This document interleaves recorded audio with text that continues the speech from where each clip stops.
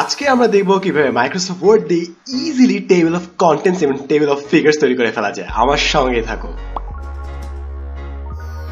আমি সাদম সাদিক এবং এমন অনেক সময় দেখেছি যে অনেক মানুষ ডকুমেন্ট ক্রিয়েট করার পর টেবিল অফ ফিগার্স তৈরি করতে যায় ঘাম ঝারিয়ে ফেলে, কারণ এটা তৈরি করা অনেক টাফ যদি আমরা ম্যানুয়ালি করি। আজকে দেখো কিভাবে আমরা স্মার্ট ভাবে করতে পারি। So table of contents automatically create করার জন্য ফার্স্টে আমাদেরকে হেডলাইন গুলো আলাদা করতে হবে। সো ফার্স্টে আমরা হেডলাইন গুলো সিলেক্ট করব, তারপর হোম ট্যাবের আন্ডারে যেসব হেডিংস আছে নির্দিষ্ট স্টাইল ফলো করব। মনে করি আমরা হেডিং 2 এটা সিলেক্ট করব। তারপর ঠিক সিমিলারলি অন্যগুলো এভাবে হেডিংটা স্টাইলটা দিয়ে দিব এবং চাইলে আমাদের যেসব হেডিং আছে ওগুলো সিলেক্ট করে F4 প্রেস করলে ঠিক আগের স্টাইলটা ওখানে পেস্ট হয়ে যাবে। তো এগুলো সবগুলো F4 প্রেস করে আমাদের সবগুলো হেডলাইন ঠিক হয়ে গেল। সো আমাদের সব হেডলাইন সিলেক্টেড হয়ে গেছে, তাই না? এখন 1.1, 1.2, 1.3, 1.4। এখন আমি উপরে এখানে ক্লিক করলাম, এন্টার প্রেস করে একটু ফাঁকা জায়গা হোক, তারপর এখানে গেলাম, রেফারেন্সে যাব, টেবিল অফ কন্টেন্টসে ক্লিক করব, তারপর কন্টেন্টসে ক্লিক করলেই বুম, আমাদের সাথে সাথে একটি টেবিল অফ কন্টেন্টস কম্পিউটার নিজে নিজে বুঝে তৈরি করে ফেললো।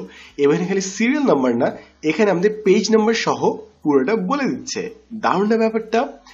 এবং ঠিক সিমিলারলি আমরা চাইলে পিকচারের জন্য এটা করতে পারি। তা করতে হলে পিকচার ঠিক নিচে এইসব ফিগার গুলো দিতে হয়, অর্থাৎ পিকচারের ক্যাপশন দিতে হয়। এবং পিকচারের ক্যাপশন কিভাবে দিতে হয় তা শিখাচ্ছি এখন। ফার্স্ট আমরা পিকচারে সিলেক্ট করব, তারপর রাইট ক্লিক, তারপর ঠিক এখানে আছে ইনসার্ট ক্যাপশন। তো এখানে ফিগার 3 বলছে, ফিগার 3 তে বলি জয়েন 10 মিনিট স্কুল, এটা হচ্ছে পিকচারটা। এরপর ওকে দিই, এরপর কন্ট্রোল ই প্রেস করি, তাহলে আমাদের মাঝখানে চলে আসবে, অথবা হোমে যে এই বাটনটা প্রেস করলে মাঝখানে চলে আসবে। এবার আমাদের সবগুলো পিকচার ক্যাপশন দেওয়া শেষ। তাহলে আমি উপরে এখানে যাব, রেফারেন্সে যাব, ইনসার্ট টেবিল অফ ফিগার্স, ওকে দেই, বুম, আমাদের সবগুলো পিকচার কোথায় কোথায় আছে, কোন পেজ আছে তাও বলে দিচ্ছে।